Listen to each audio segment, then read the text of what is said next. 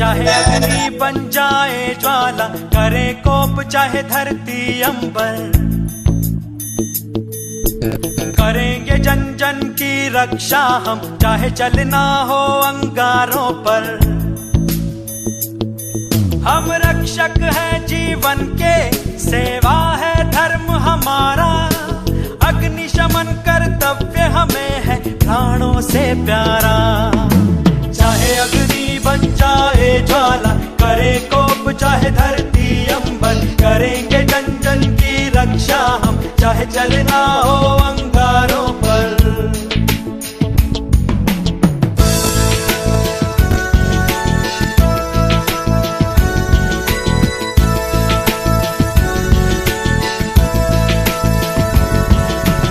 जाति धर्म के भेदभाव हमें अलग नहीं कर पाते, हम चुस्ती फुर्ती तत्परता के पंख लगा उड़ जाते। जाति धर्म के भेदभाव हमें अलग नहीं कर पाते। ऊंची ऊंची मीनारों पर साहस से आग बुझाते, तन मन धन के साथ साथ जन जन की जान बचाते। चाहे अग्नि बन जाए ज्वाला, करे कोप चाहे धरती अंबर, करेंगे जन जन की रक्षा हम, चाहे चलना हो अंगारों पर।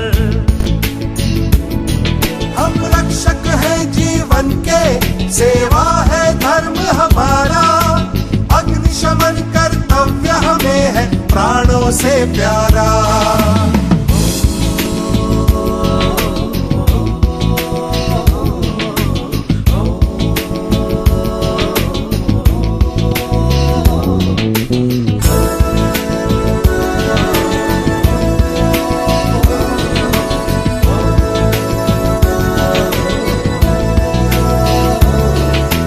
मानवता के सेवक हैं, खड़े हैं सीना तान, जाए कहीं भी चाहे हम पहले तो हैं इंसान। हम मानवता के सेवक हैं, खड़े हैं सीना तान, अनुशासन से भरे हुए संगठन पे है अभिमान, फर्ज की पुकार पर करते प्राणों का दान।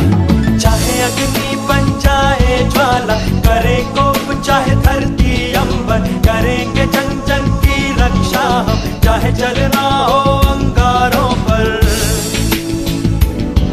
हम रक्षक हैं जीवन के, सेवा है धर्म हमारा, अग्निशमन कर्तव्य हमें है प्राणों से प्यारा।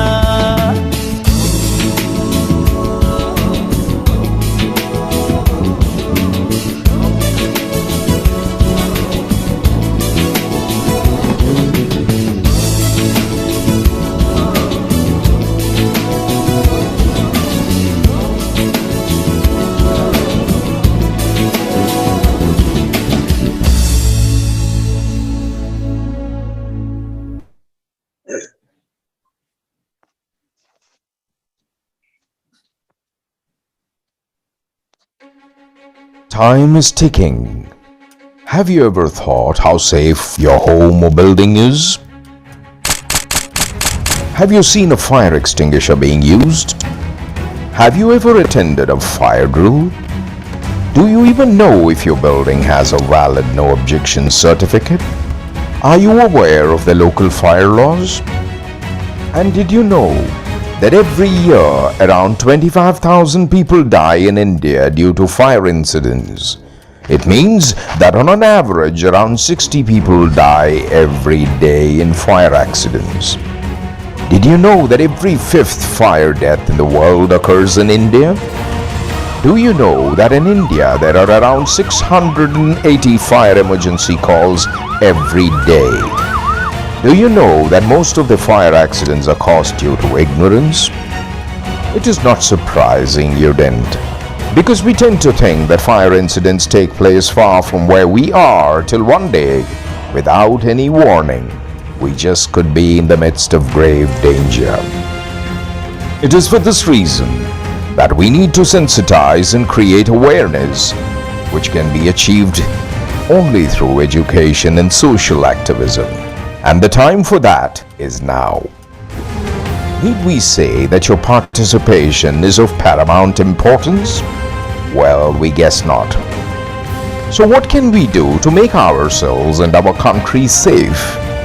Welcome to the FSIF India Foundation, an organization that has been founded and is being nurtured by some of the best minds from the fire industry.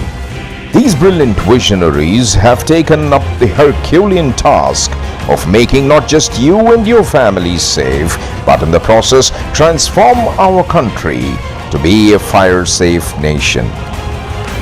The FSIF India Foundation is a not-for-profit body built on the pillars of wisdom, compassion and empathy, driven by passion for creating a safe nation that we all so lovingly call Bharat.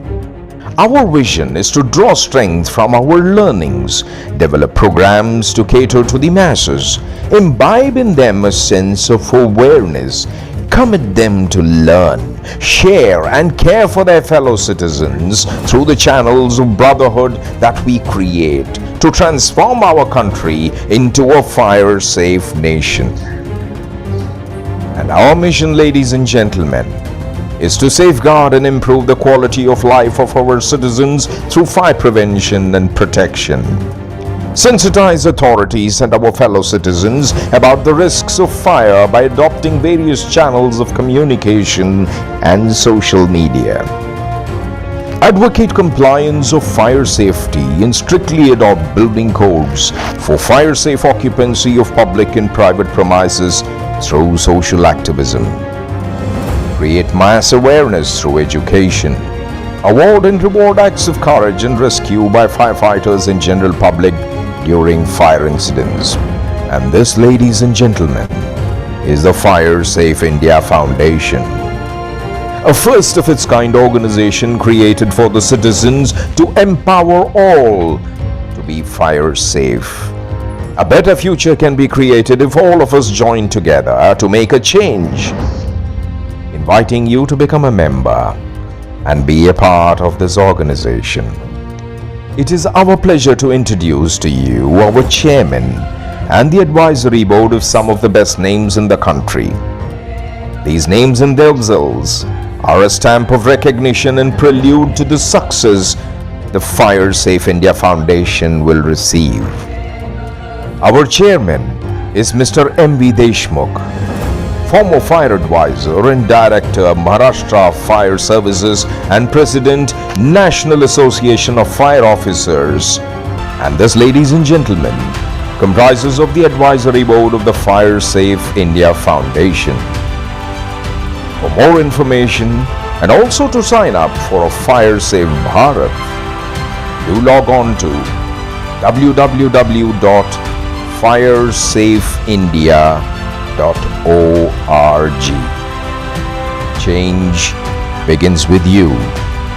Change begins with us. In the words of the father of the nation, let's be the change we want to see.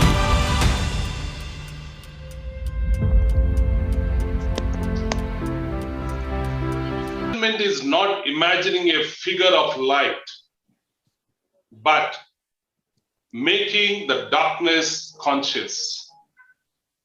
Gentlemen, welcome to all of you. Thank you for taking the time to join today the big debate.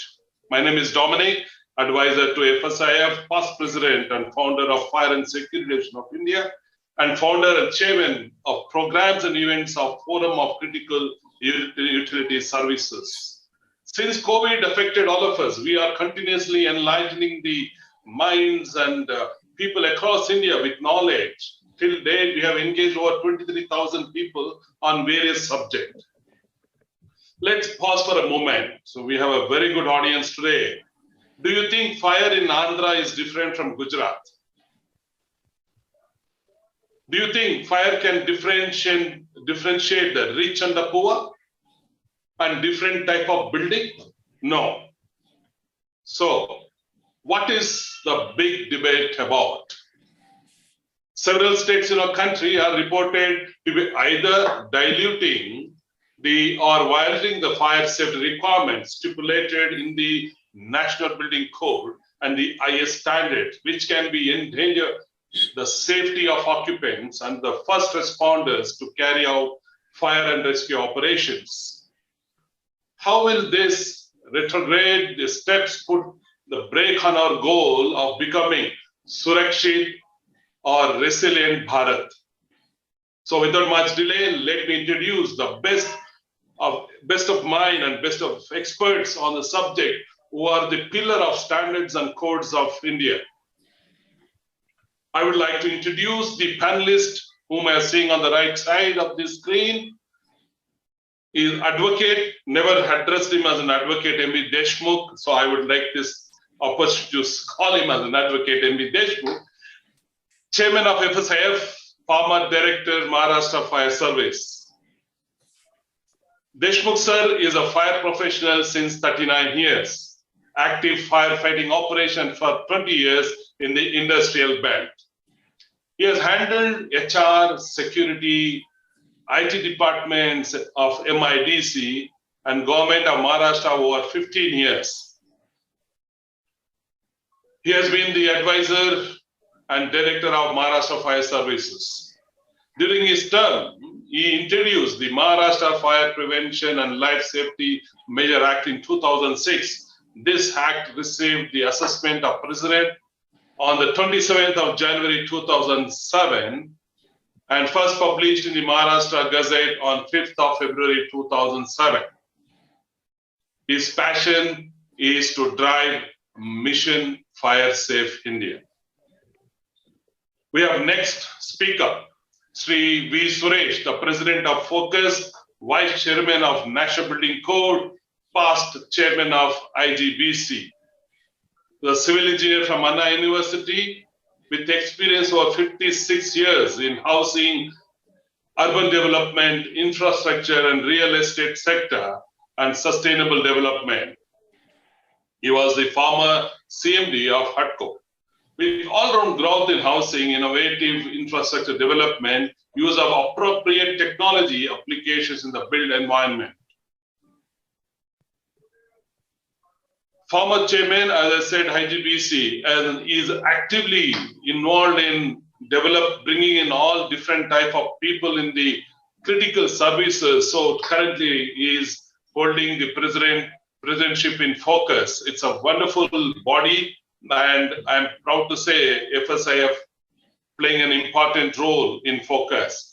He has received over 16 awards in recognition, and to cap it with CIDC Industry Doyen Award in 2011, IBC Lifetime Achievement Award in 2014, and CIA World Life Achievement Award in 2017. We have the father figure of our fire industry, Sri S.K. Deri, convener of Part 4 National Building Code 2016, former CFO, sorry to say director, former CFO of Delhi Fire Services.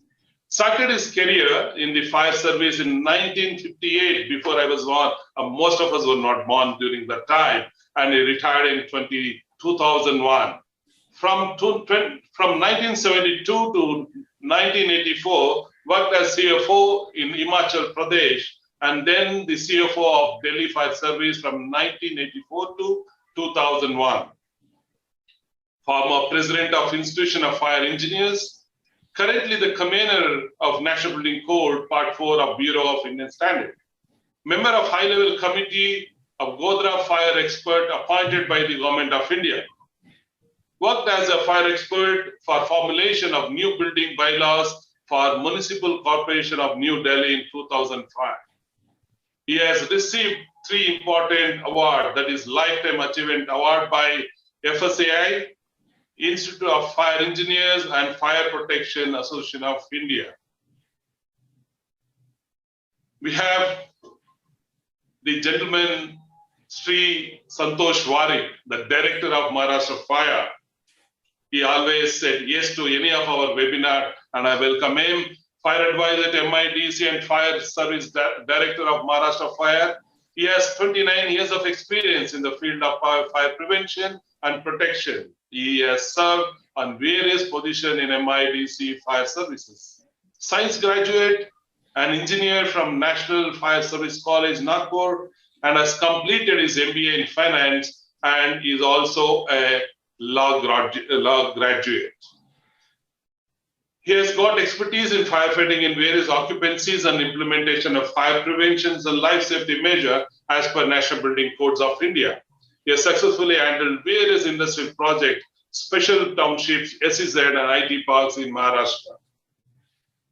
We have another well-known face in the fire industry, Sri R.C. Sharma, former Director, Delhi Fire Service and DAG Fire of CSF, Government of India.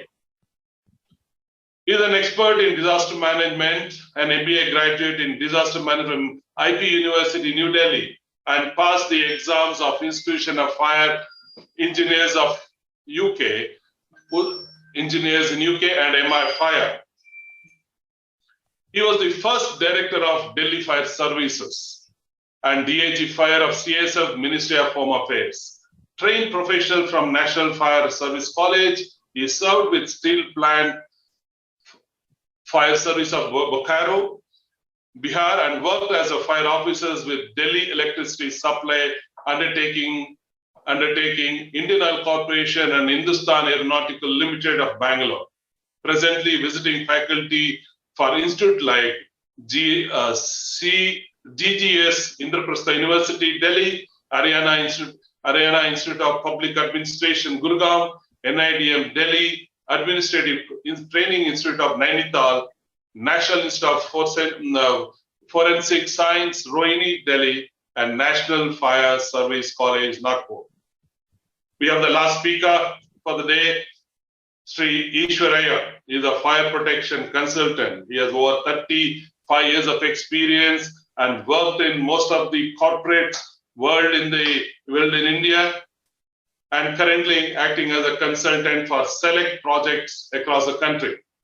Over the years, he has worked in design and estimate, contract, sales and marketing, business development, and codes and standards. Some of the projects he has worked on include raising of awareness on environmental issues related to HFCs, establishing the Center of Excellence to provide estimation, design and estimate for tyco safety. He has been the vocal every time whenever there is something going wrong in different state. He wakes me up. He says, Dominic, there's something that's going wrong. We must awake the citizen. It is with his guidance, with his inspiration today, we have this big debate and widely accepted all my friends in the industry today. So we are gathered here to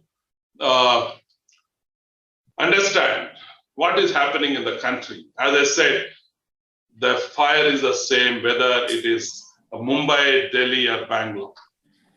I would now welcome to give opening remarks. I would welcome Sri M.V. Deshmukh to speak on. Deshmukh sir.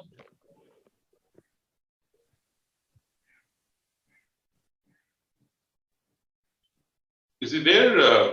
Sir, Deshmukh sir, over to you, sir. Yeah, I'm there and I heard you completely. I was just thinking, I took a pause because it is 11:21 now, and introduction itself has taken almost 40% of the time. I was thinking to skip my talk, and hand over it to Mr. Suresh. But now I have to do the gesture. See, the basic idea of the today's discussion is that we have fortunately a good standard and the codes.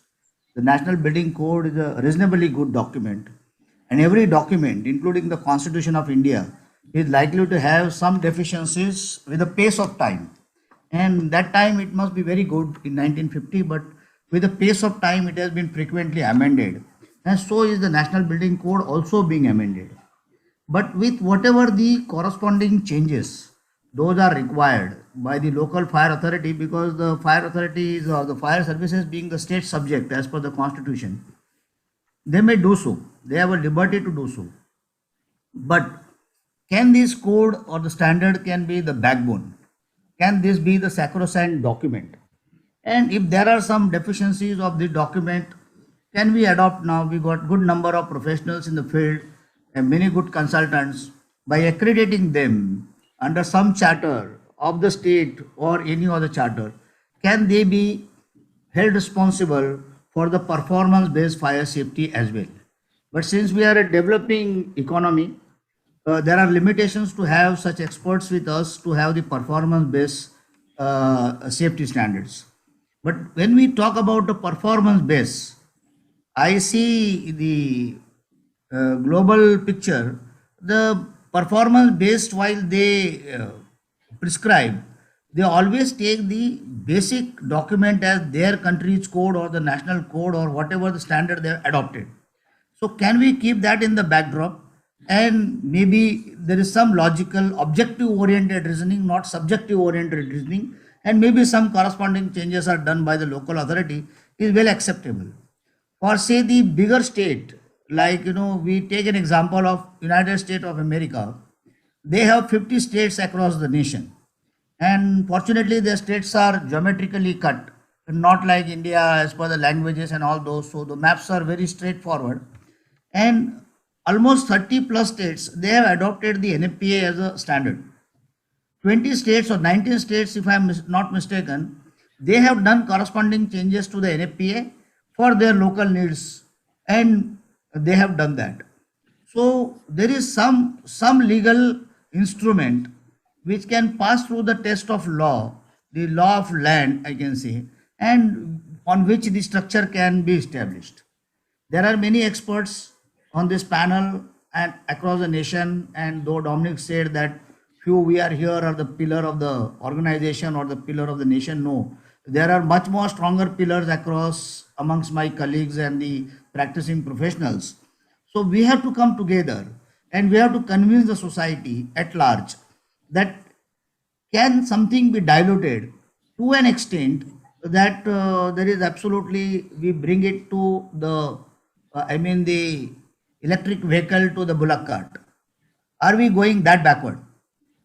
And that is some examples have been those have come forward in the recent times, and the logic for that is given that the EV car, the battery may get drained and you may get stuck on the street. If it is a petrol or fuel driven car, that may meet with an accident or that engine may fail. So the option is what? The option is the bullock cart, which is easy.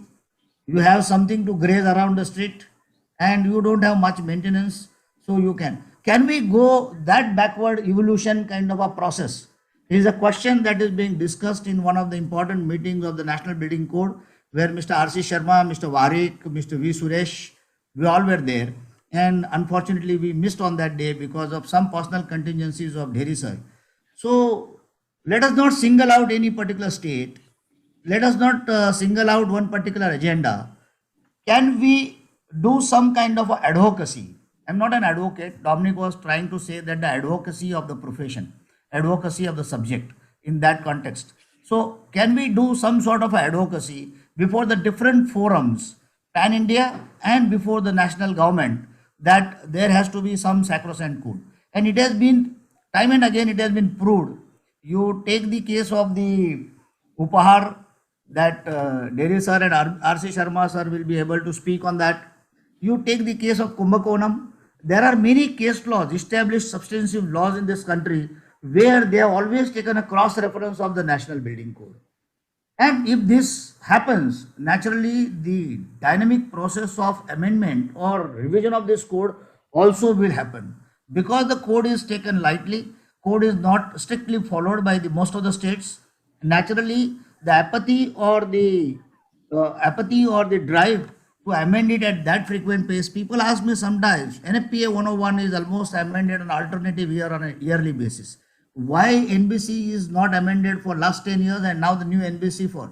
But as a chairman is here, chairman in the NBC meeting said that if still we want to go for an amendment, he said that the BIS is open to do that.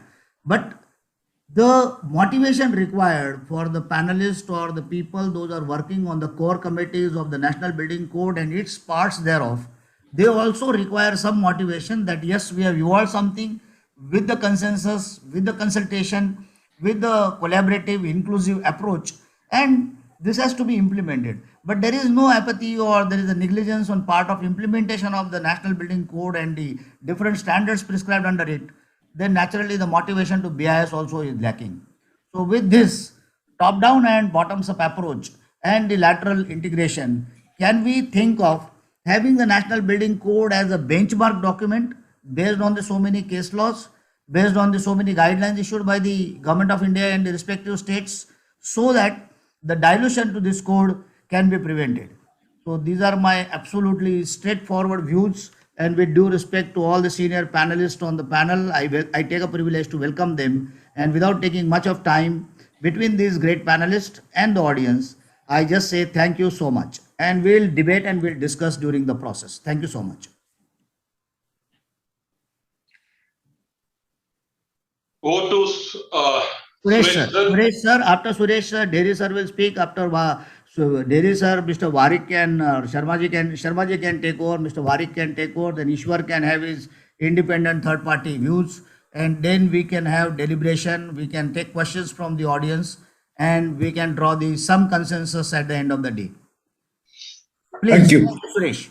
Thank you so much, Deshmukh Saab, for the opening remarks that you so beautifully put across, and to Dominic for all the welcome and all the introduction done. Without taking much time, the whole topic of fire safety and fire protection is a very, very important component. Like other safeties are structural safety, health safety, as well as electric safety, etc. And the National Building Code of India, formulated in 1966, originally started 1970 first version, and based on the requirement of the industry, 83 version came. And again, after a long lull in 2005, we got the third revision, and in 2016, we got the fourth revision coming. And depending upon the use and the feedback coming from all concerned, all stakeholders, the code is a dynamic document to keep in view the nature of changes. It also required, because maybe in the 70s, we had the tallest building was a 20-storied building. By the time we came, we were 40-storied building by 2000. But now it can deal even up to 100-storied building in the latest version coming. So depending on the uses of the building, mixed use coming, things were undergoing change. And this has been done through a process, a consultative process, wherein all concerned dealing with the built environment, be it the architects or civil engineers or the mechanical, electrical, plumbing, firefighting engineers, plus the fire service people, the building material manufacturers, the technology providers, everybody is associated in any particular provision. It will stand the test of time, including what is the latest provisions available in international documentation, be it the NFPA or the Australian or the UK or the China, Singapore codes, etc. What the latest provisions are there in this particular area is also kept in view while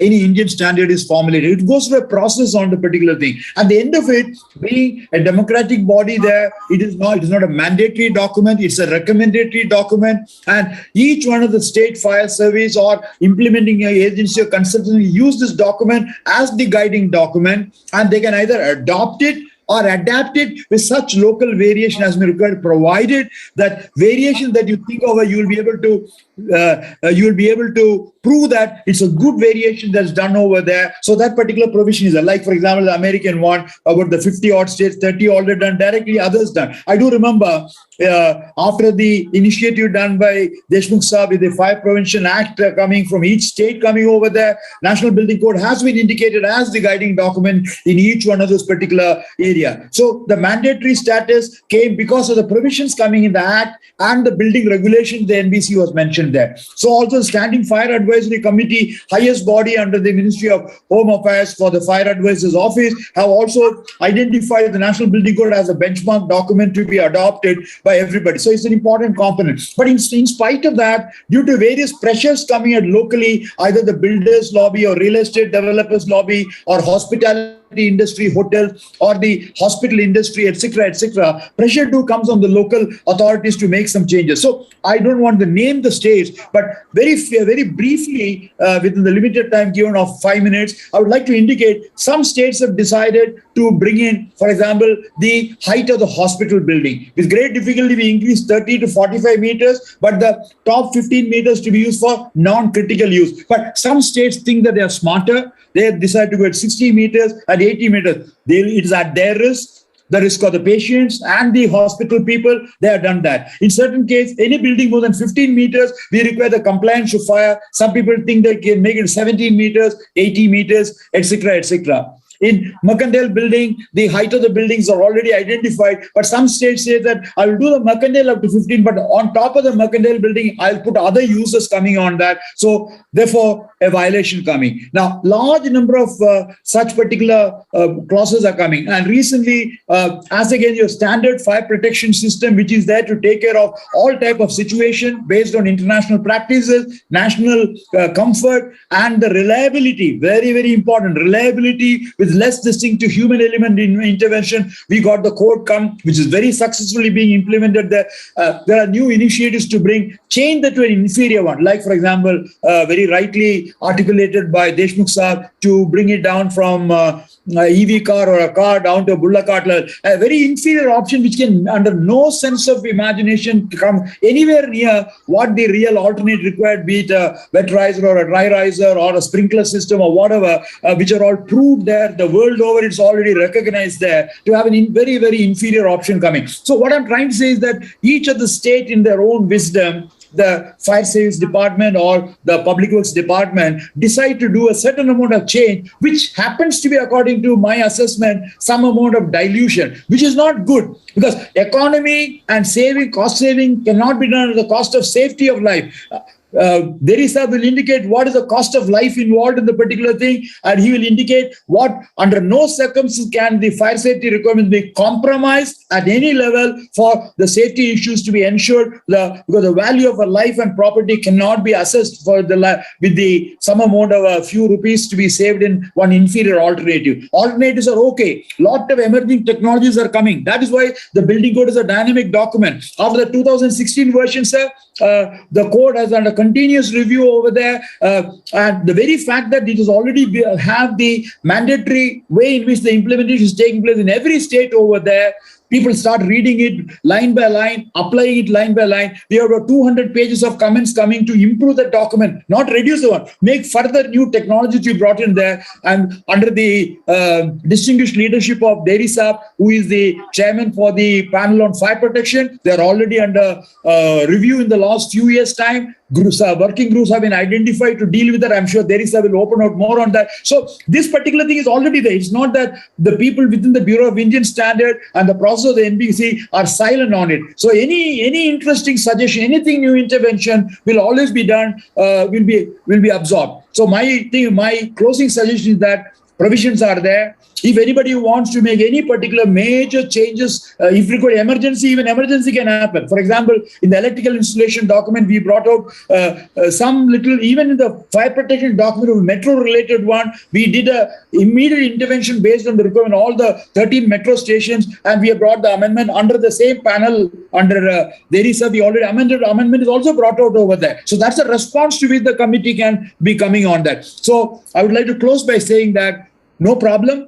Any particular option that you want in terms of technology or any particular processes or products or application or thing required of the minimum requirements to ensure safety of the buildings, the property, and life safety. That's why it's called the fire safety and life safety of the building is very, very important. We should never ever do it unless we are sure that the alternate under the adapt route by which the changes are coming over there is tested, is proven, his world knows it, and it's already a proven track record. Never try to do the adventurous step on that is my suggestion. If anybody wants to do that, please come back to the main committee of the National Building Code under Deri Saab's burn. We'll be most happy to consider that, and with the fast, expeditious route, we'll be able to make any change that's required, any amendment that's required, if at all required. And change is a thing. That's why from the 70 version, 83 version, 2005 version, 2016 version, I had the greatest opportunity to associate all the four versions. I can tell you that whenever the industry needs it, wherever the built environment, construction people need it,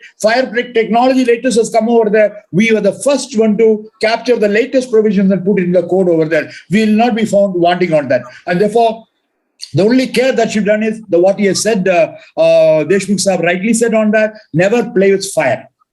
I stop with that. Thank you. Thank you. I think the National Building Code is a compendium of the construction industry, And fire safety part 4 is one of the sections which deals with the fire safety part of it. If you see the document, this has been revised 4 times. It means it has been always upgraded after seeing the needs or requirement of the country or bringing the new technologies. It has been already revised 4 times, And as Sureshji said very rightly, we are already ready. There are almost about 200 pages we have already worked out. Number of clauses where people were finding difficulties to make sure that we can bring another amendment to ensure that the compliances are made. The biggest lacuna which I find in this document are that it is not a statutory requirement. It is basically a recommendatory body for state government. The state governments are supposed to be adopting it and then in the shape of the building bylaw, and based on that, they can implement it. But we have also kept a provision that we always say in our National Building Code, Part 4, that if you need some proper local changes to be done, you can accordingly amend it.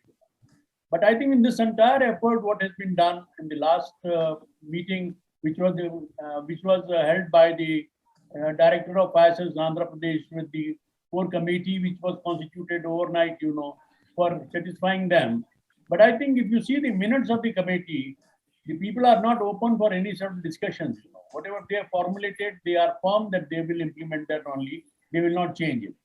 The question comes that if they are not willing to bend little bit, how do you expect other people to do it? It means that we have to go back to bullet cart only. We cannot have the electric vehicle or any other vehicle, because they are saying it, we will go to a particular technology. Whatever you are suggesting, we are not open to change any sort of thing, Because I remember I was seeing the minutes of the meeting where they had made it very clear that if you can give presentation and you can satisfy us, we will probably consider it also, So we are open for any sort of improvement with the document part of it, But the only thing is the other person has also to come out with the solid examples and solid practicing being done all over the world, Because if you see that the National Building Code, as and when it is revised, the National Building Code of UK and all that is also given to us for going through it and seeing that what new technology has been brought in there, Similarly, the Canadian code is also referred, the Dubai code is also referred, European codes are also referred, a variety of codes are referred in this committee when the revision is going on. I think this is the time has come when if they feel that they can do it themselves, there's no need of their coming back again to Bureau of Indian Standard and saying that you put your stamp and say that whatever we have made it is approved by us all. So this will not be accepted in any form, I would say. That if somebody is already made amendments and brought everything as per their requirement, and then they come and they say they put a stamp of the Bureau of Indian Standard by the Part 4 committee, well, we are not an open game for them. Let's be very clear about it. They want to bring in improvement in the technology, are the most welcome to do that. You see, because of number of references which Sureshji mentioned without mentioning the name of it, that there are certain pressures on these officers. First of all, one is a professional officer who's a firefighter and who can probably justify his requirement or he cannot justify his requirement. The other one is that from the All India Services, people come to head the organization and they would not go in so much deep into detail because the systems are what they are saying it remove it, sprinkler remove or the weterizer remove, the pump system remove. I think that they can spend crores and crores of rupees on the interior of the building. But when it comes to spending some money on fire safety, they are shy of doing that. Number one. Number two, they do not maintain the system. It means they lack the enforcement part of it. Number three is, if you see the world over, Japanese spent almost about 35% of the project cost in the inbuilt system for the fire protection and life safety part of it. Yeah. Whereas in India, it doesn't go even more than 5%, of that. And that also they are cribbing about it that they are, and when people having a vested interest, they bring up all sorts of new technology through some officer here and there and make a committee, get a stamp here and they get a stamp there. And then they want to get the stamp of the Bureau of Indian Standard also to make sure that we also approve it and then they can keep on doing it. So first of all, I am very, very much upset on that because last time when this committee was to meet, I was told to meet the officials. I said no. Our core committee, basically, in which you all were present. The core committee will handle it, and the core committee give full justification, and they heard them very nicely. But I think when the other party is not willing to accept anything, you cannot do anything. That's all. Very good. So, over to Mr. Ashish Sharma. Okay. Good morning, Mr. Suresh sir, Mr. Dominic, there is all other fellow members on the panel. I think we have been going through this. We have been facing the fire incidents and seeing how things are happening.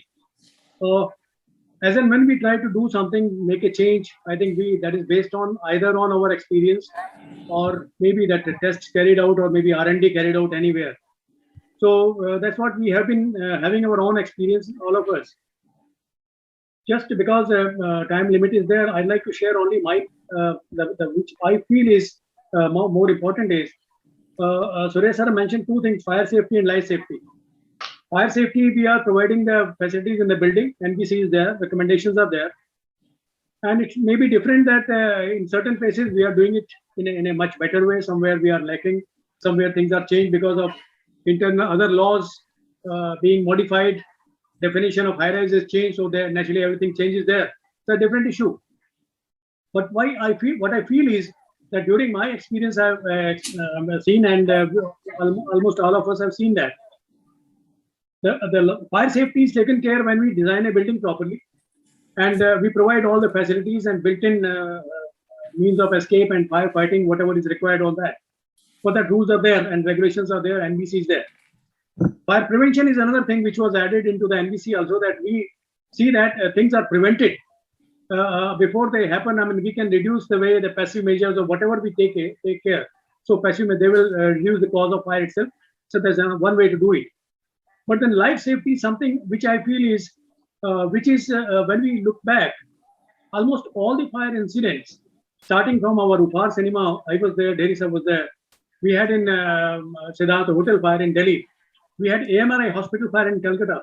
Most of them, 93 people, 94 people dying in a single day, few hours. Now, everybody lost their life because of smoke. It is the product of combustion from the fire. Everywhere the fire was in somewhere else, and people died somewhere else. So now, what I feel is that it is the building means of escape not being available to the people to get out, number one. Number two is, smoke is finding its way to the upper floors and other areas which are not affected by fire.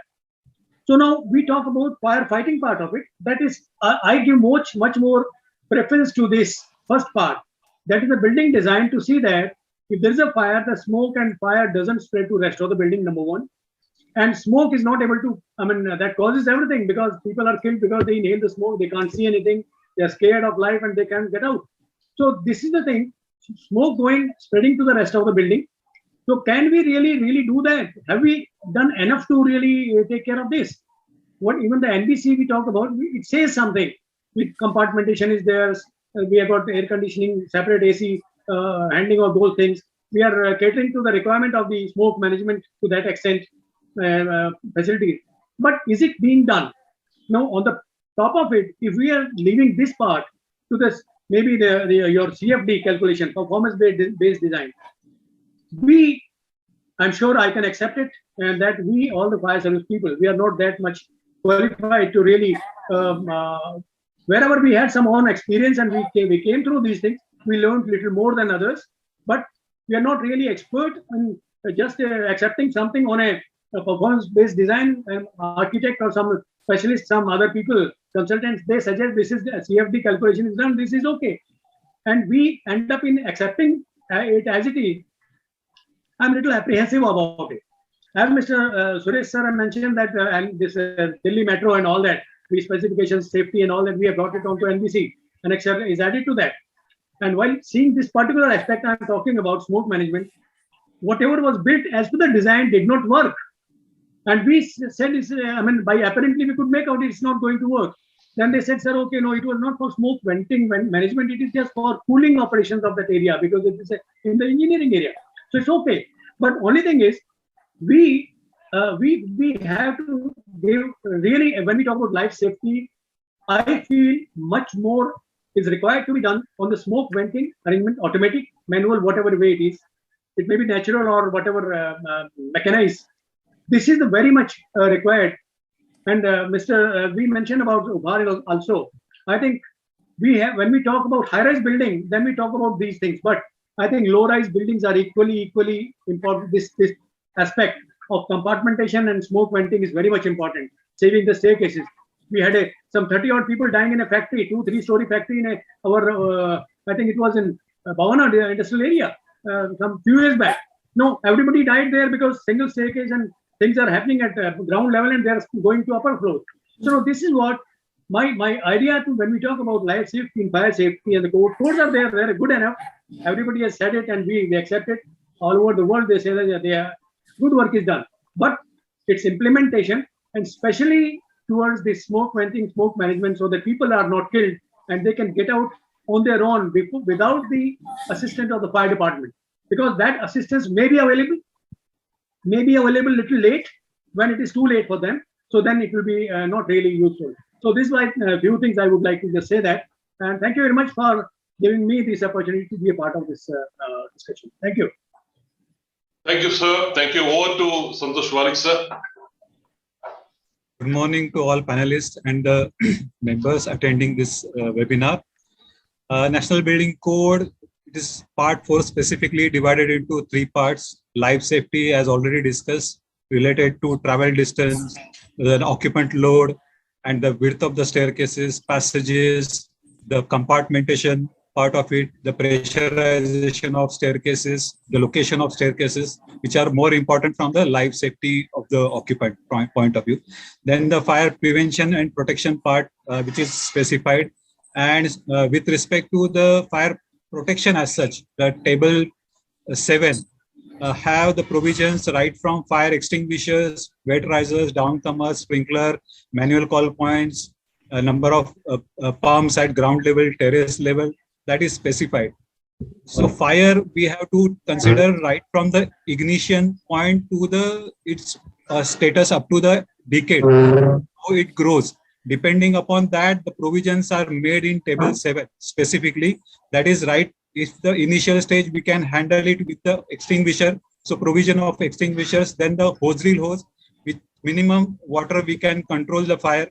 Then the fire stream, if you want a big deal with the bigger fire, then the hose streams are utilized. Then sprinklers, which is automatic in action, and internationally on the panel itself, or as per IS 15105, we have the UL-FM representative. They have done enough testing of sprinkler on different type of occupancies, and they have found out the results, and internationally they are implemented.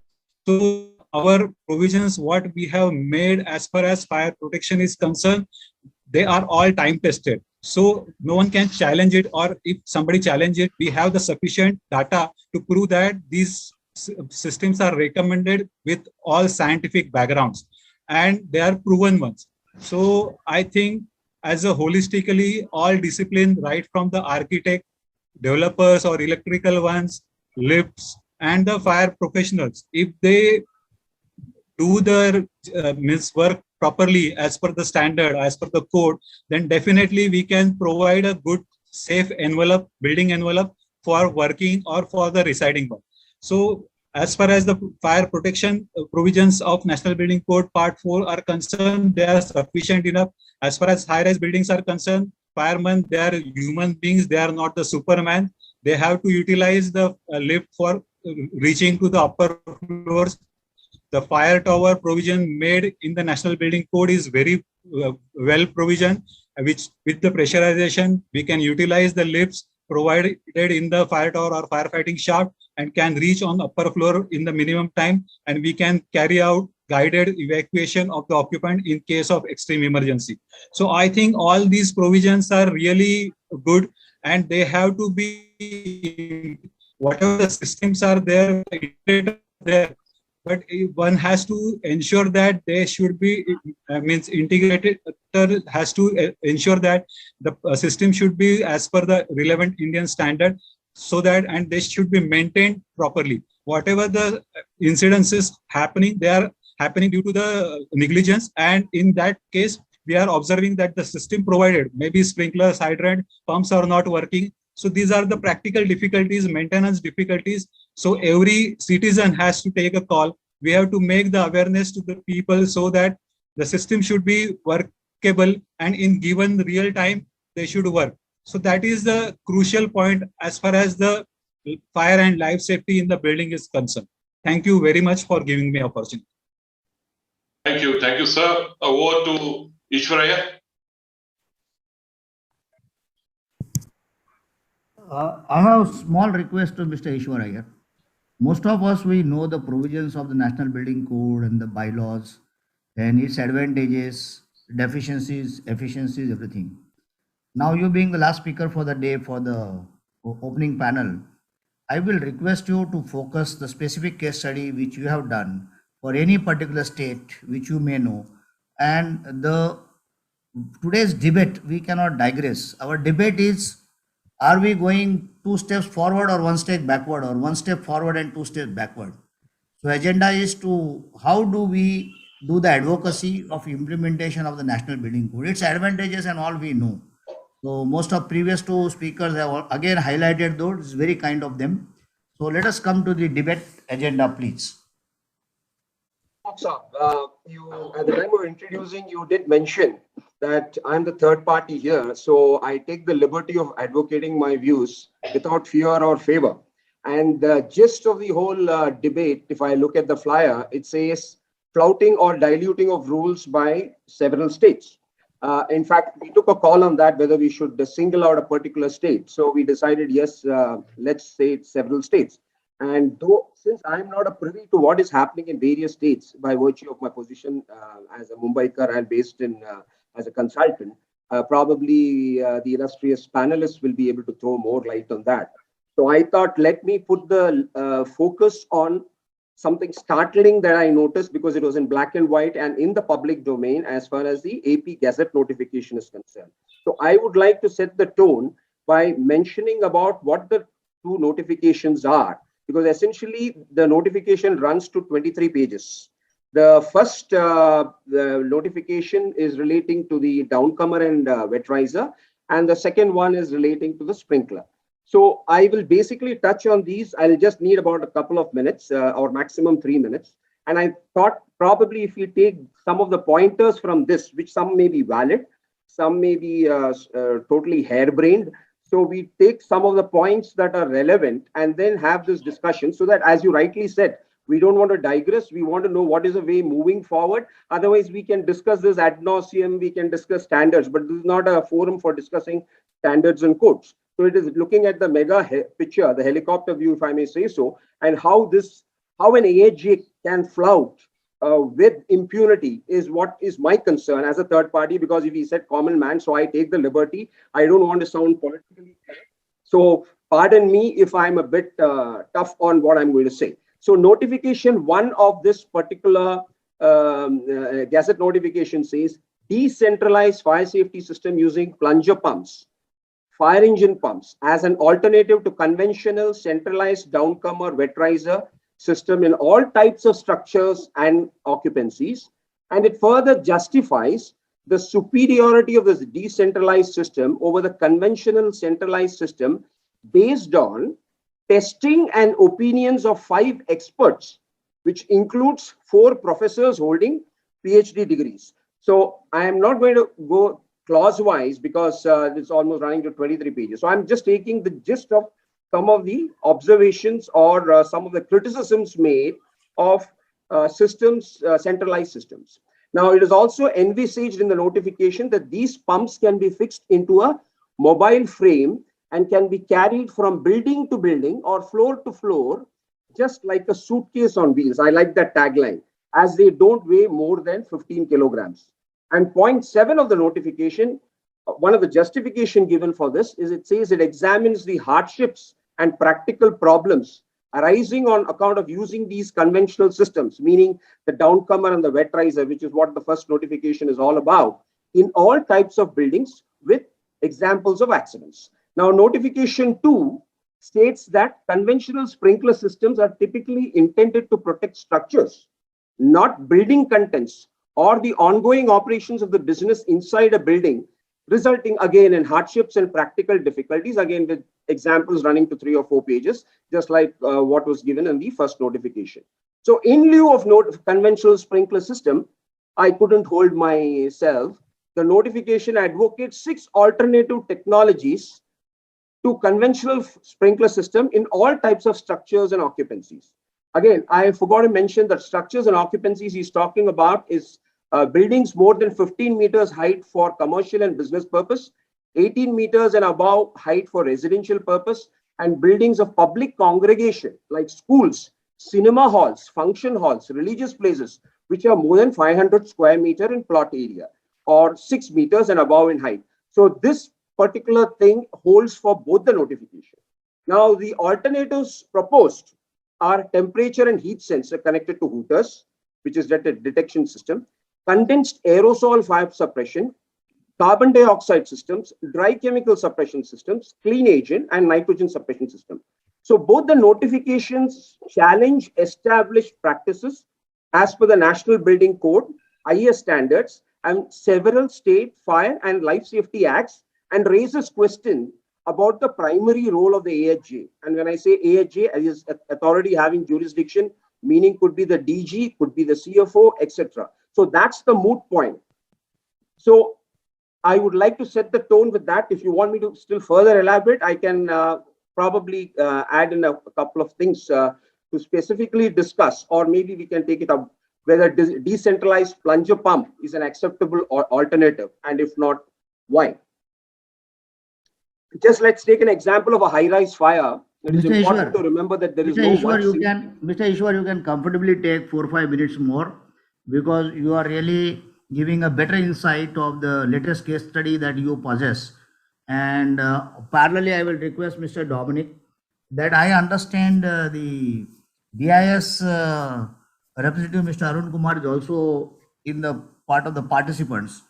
So you can also add Dominic as a panelist to him, and So he can air his views, you know.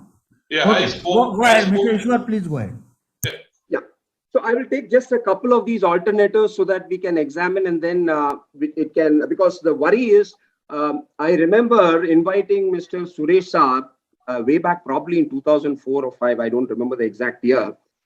There was a presentation at AP, and believe you me, AP was the first state to adopt NBC guideline. I may be wrong, but I still recall that was the first state to adopt NBC.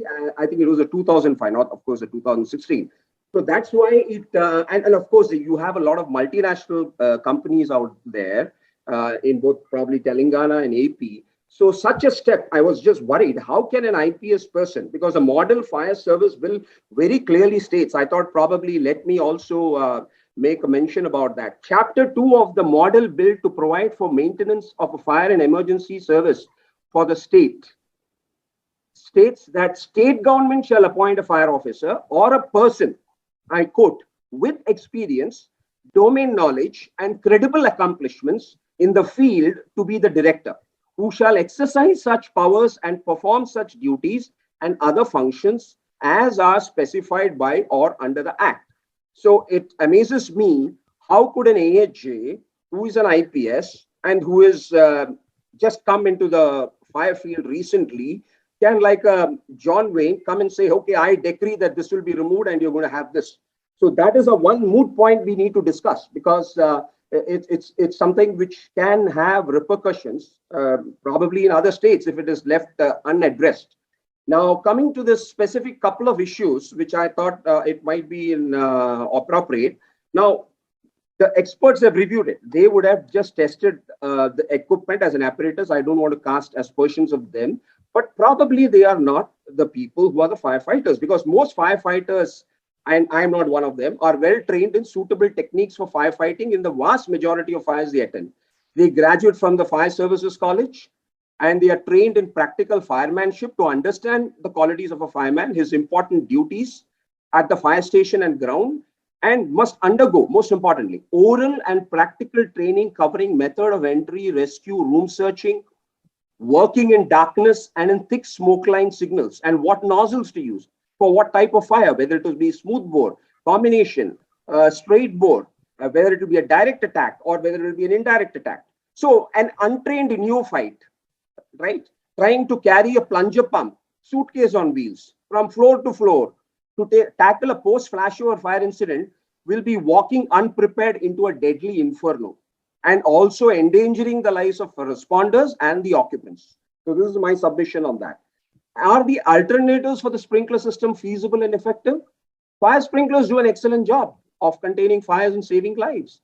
Statistics prove that civilian death rate from fires, as per NFPA, is 87% lower in buildings with sprinklers than in properties without sprinklers.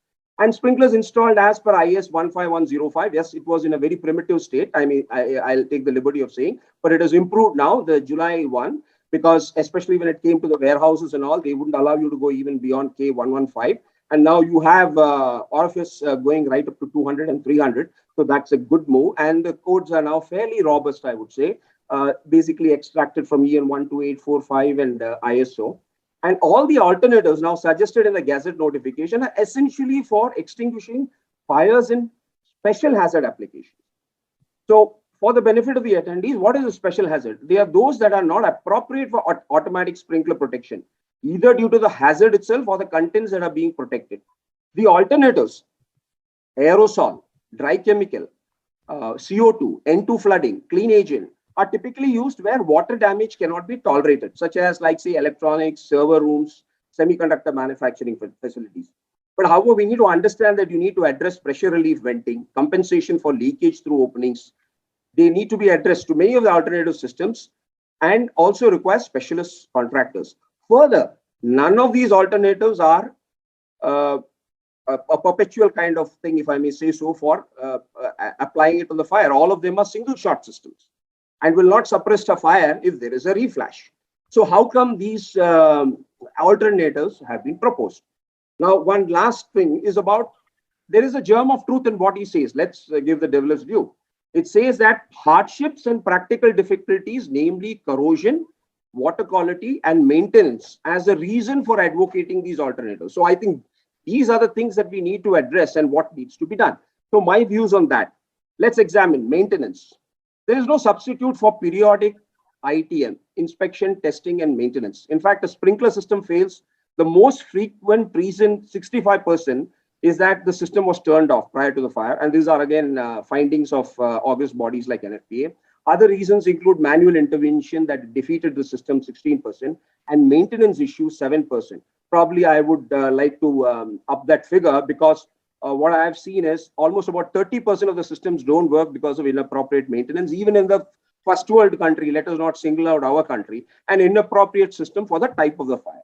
So the question is, we need to address this, like Maharashtra is addressing this with the software, Form B, making it more refined and having a telltale evidence of whether it was really done or whether it was subcontracted to somebody. Room for improvement, but at least they have started taking the right moves. Now, so ITM, if you look at NFPA 25, it's a huge document. So we need not go to that level, but at least have certain basic templates across the nation, so that if one company moves from place A to place B, their facility managers, everybody, they are all on the same page. So to maintain the proper level of protection for water-based extinguishing systems, it is a responsibility of the owner to ensure that adherence to regular inspection schedule as determined by the codes and the needs of the system, exercise of due diligence in repair of devices and equipment, not leave it and expect that there won't be any fire, assurance that all personnel involved in maintenance are properly trained to correctly execute the procedures for inspection, testing, and maintenance. Mr. Ishwar, can you please conclude in a minute or so, please? Oh, yeah. IS standards are there for that. And with regard to corrosion, which is a very specific issue that is brought about, yes, because most of the places in the coastal belt like Kadalur and all those places, there could be corrosion. And that also is one of the reasons for him advocating. So one of the key things is to have redundant float automatic air vents, and it is mandatory as per NFPA also for even wet fire sprinkler systems, so that the corrosion mitigation can be stopped and the leaks can be stopped. And even 2016 states so. So I'm done, Mr. Deshmukh, and probably in the closing thoughts, I can give some more Yes. insight. No, I welcome Mr. Arun Kumar who has joined. I expected BIS to be in a very passive mode, but we have dynamic people working in the BIS also now, and he has taken pains to join us on Sunday being a holiday also, Saturday being a holiday also.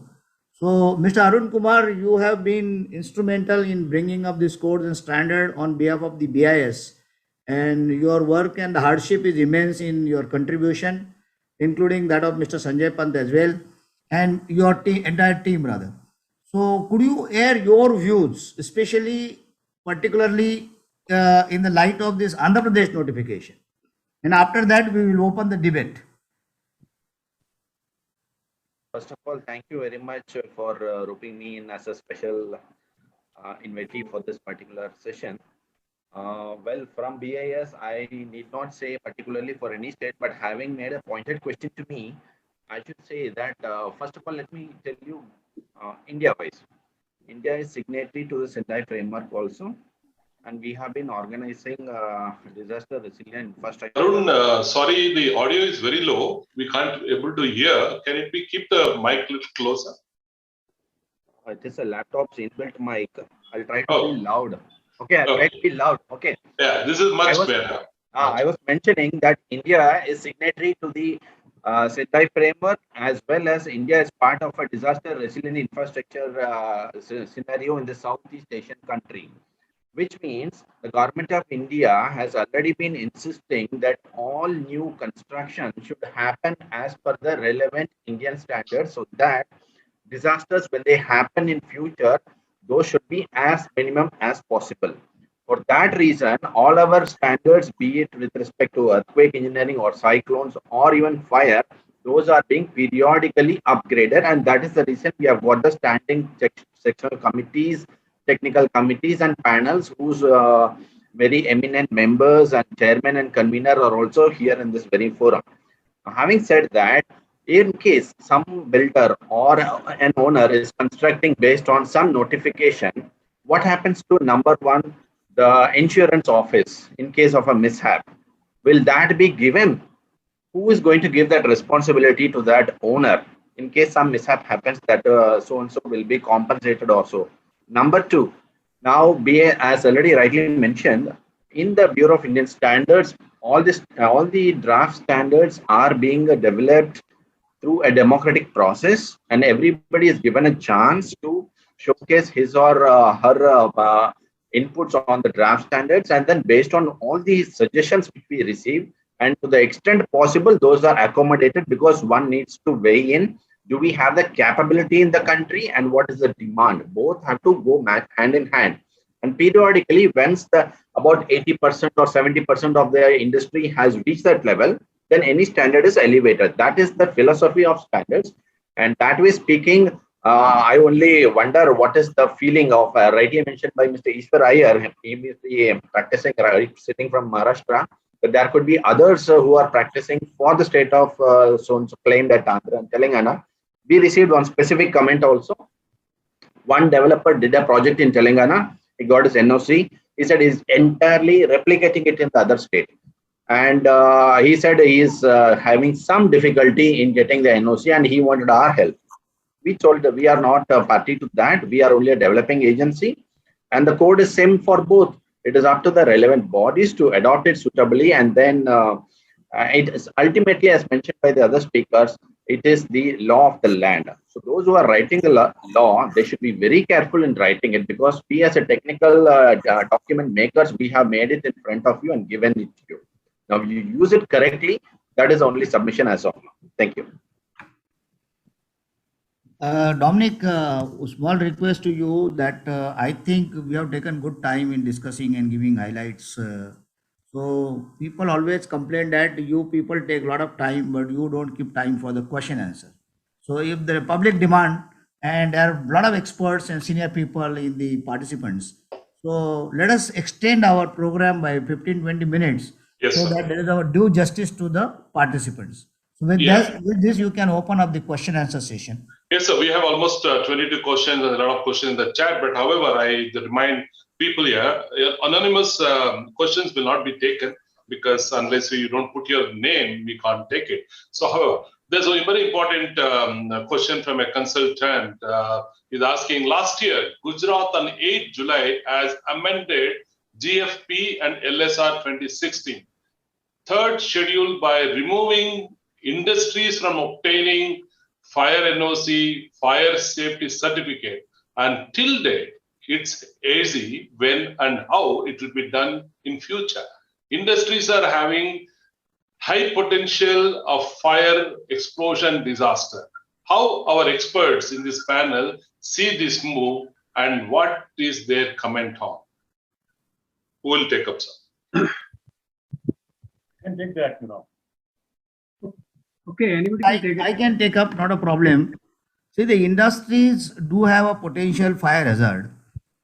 And unfortunately, the National Building Code Part 4 is giving a very limited prescription for the industries. I agree.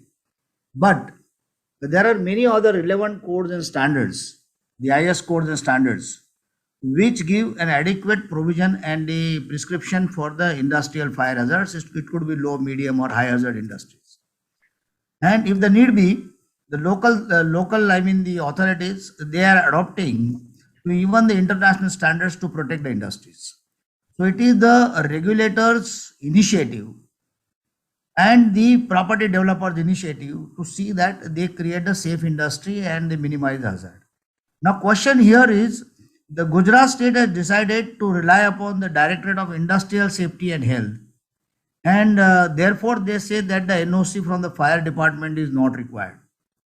See, one is the NOC. NOC required, not required is again a debatable issue. But whether the fire protection to the industries is required or not, that is of a paramount importance. And there, to implement that, you obviously require the experts' intervention. Experts with the not only the consulting experts but the practicing experts and the firefighters. So it's a inclusive job. And we have already in Maharashtra, we have already issued one sort of operating order. In that, we have given the minimum requirement for certain types of industries. We will be proposing this again to the BIS, that some thought can be given and some more elaborate provisions can be made for the industries.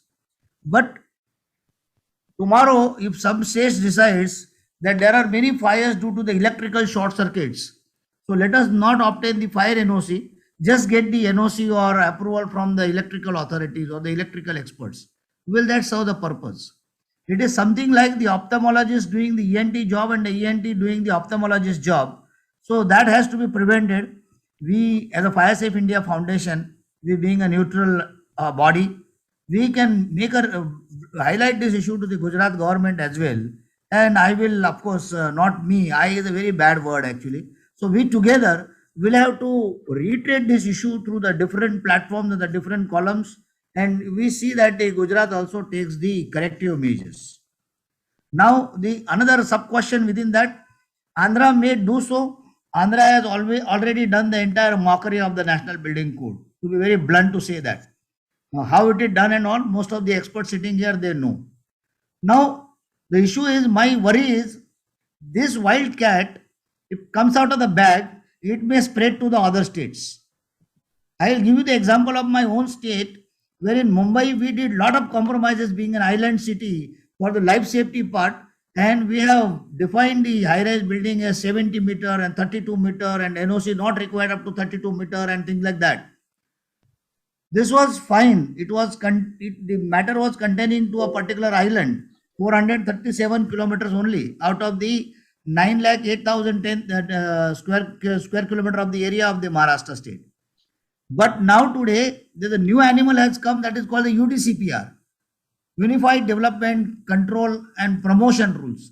Under that, 80% of the things in Mumbai are copied. So the remotest official area of Maharashtra, this code is going to replicate, and this is inviting the big challenge before the life, the occupant's life, before the life of the regulatory authorities and our colleagues, firefighters, those are going to deal with this kind of fires. So this is the case study of Maharashtra. On the similar lines, I am worried the Andhra's action may spread like a wildfire to other states, because I am sure those are not very ethical and professional builders. They may be very happy with that kind of a notification. So this is what is the straightforward answer to the question that somebody has asked. Thank you. Anybody else would like to comment on that? Okay, I think I'll go yes. on to, sorry. See, the most of the industries, I mean, in the larger sector like oil industries, petroleum, they do have their own OSD guidelines. So basically, I mean, the guidelines are there on a different forum and they are verified by the different agencies. So that's okay. But for the bigger industry, there is nothing required on this side. Why people are maybe they are involved in some or the other way, but they are not really. Their NOC doesn't matter because they are having a well set system of audits, external audits, and annual their internal audits. So there it's okay. It's only the industrial sector in the maybe city and states where they develop the industries in a particular way. For that, well, either they follow these things, or I mean, if you have a factory acts and you take care on that side, well, it's again everybody has got their own way to do the things, and they find it that easier and probably maybe cost effective as well. So they choose to do that. But as Mr. Deshmukh has said, yes, something needs to be taken up on a proper course. Yes. Thank you. Okay, I'll take, there are two questions from Vinay Deshpande, very important questions that I could see here. The point to ponder, this is for our Sri S.K. Dheri. The point to ponder is why some stakeholders want to dilute the provision of the codes. What is the trade-off achieved in lieu of safety?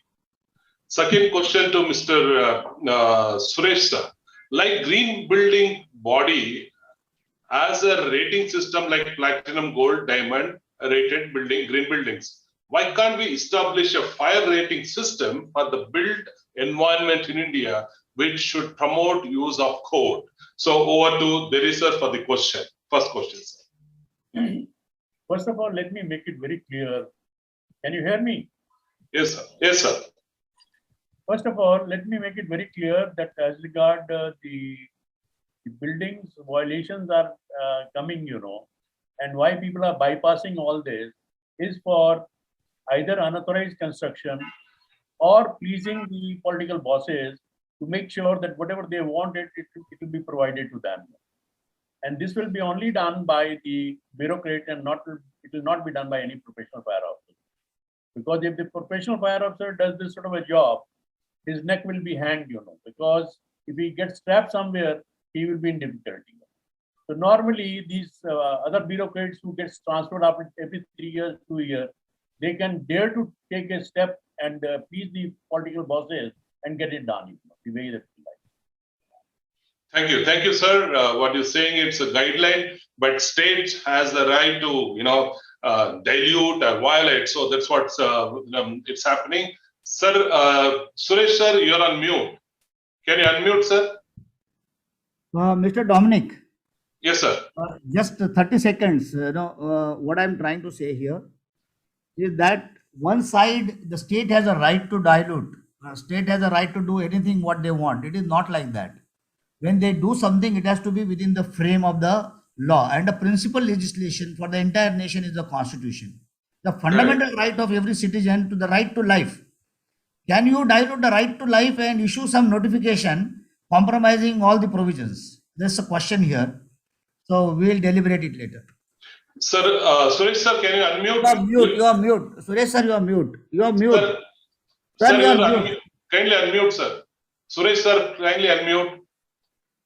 Since others were talking, I didn't want to intervene. Okay. Yeah, very briefly, don't indicate states have the right to dilute. States have the right to change or amend or adapt such changes as may be required for local conditions there. That's all. It doesn't say affecting the very principles of safety, which is life safety, fire safety, structural safety, health safety, electric safety, environment safety. Not diluting that. That's the most important thing. Now to your direct question that's coming over there. No, we can't do that.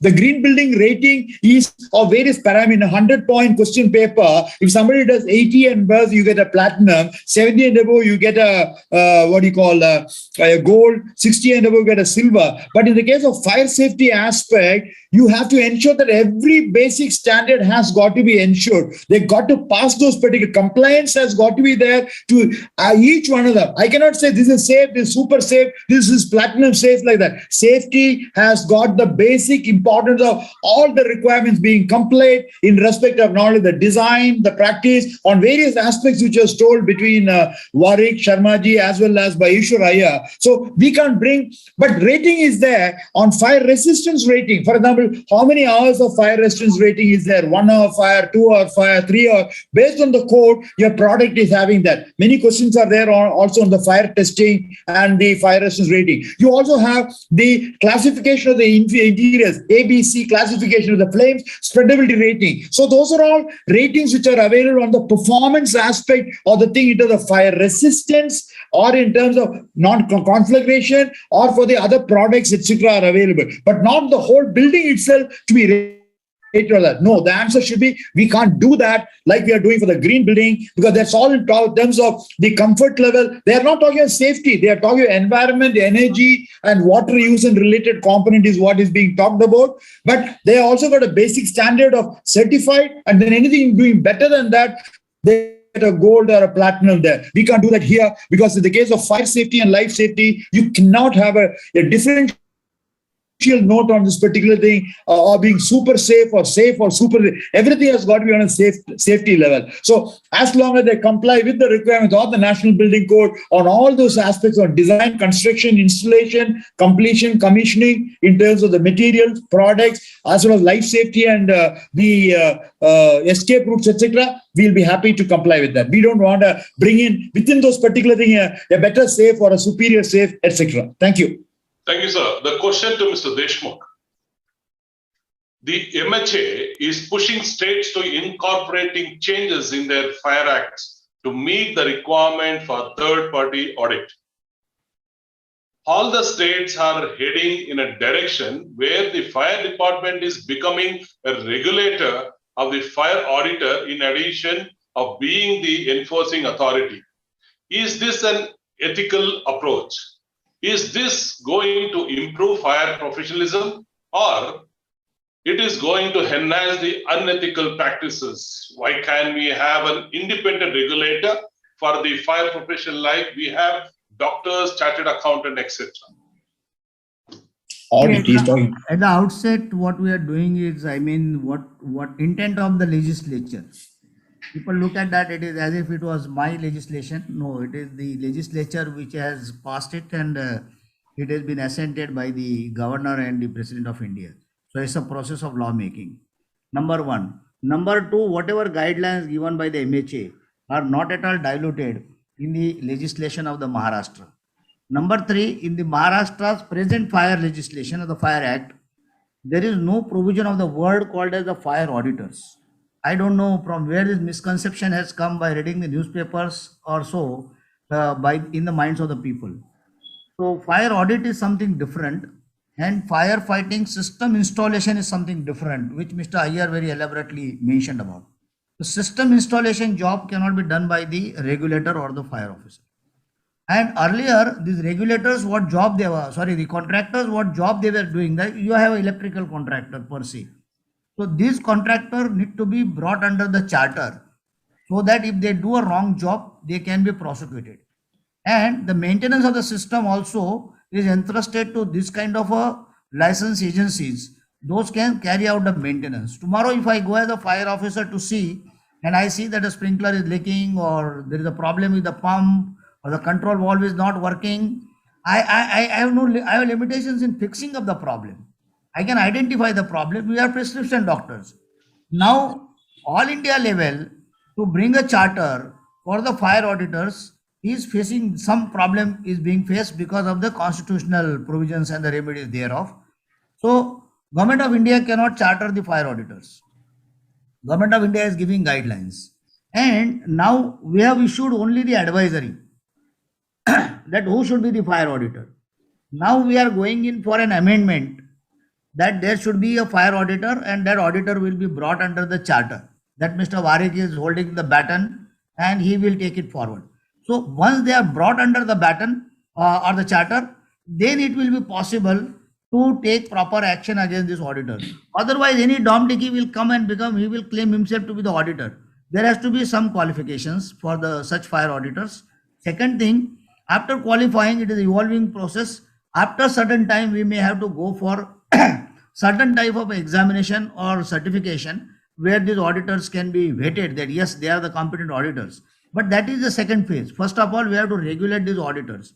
And what is unethical, I do not know. Why is thinking the person who is asking question is thinking that it is unethical. So exact unethicality, if they are brought to our notice, we can discuss on that. Thank you so much. Okay, the question to Sri S.K. Deri. While NBC is being diluted, this question is from Madhu.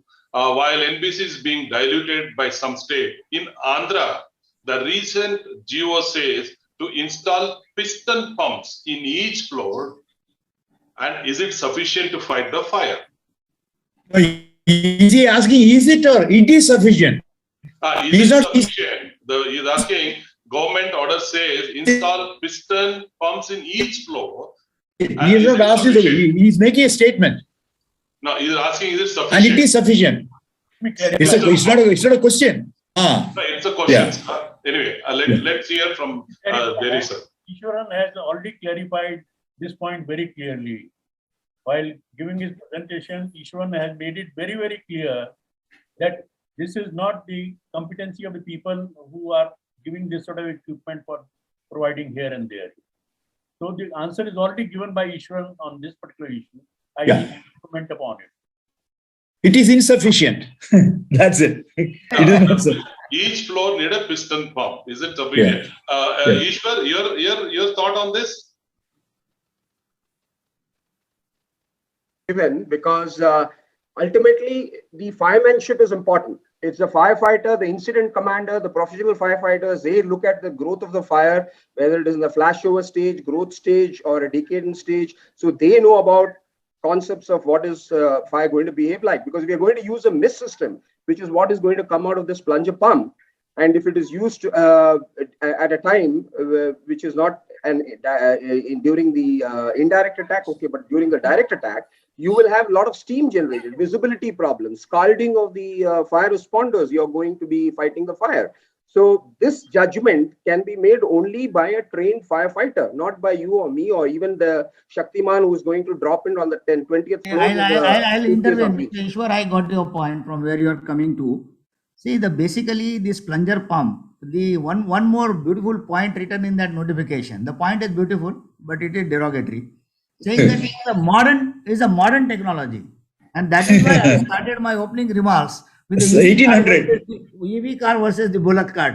So I'm sorry for that. This is the straightforward answer is it is not at all sufficient. It is a very old technology and it requires a manual intervention.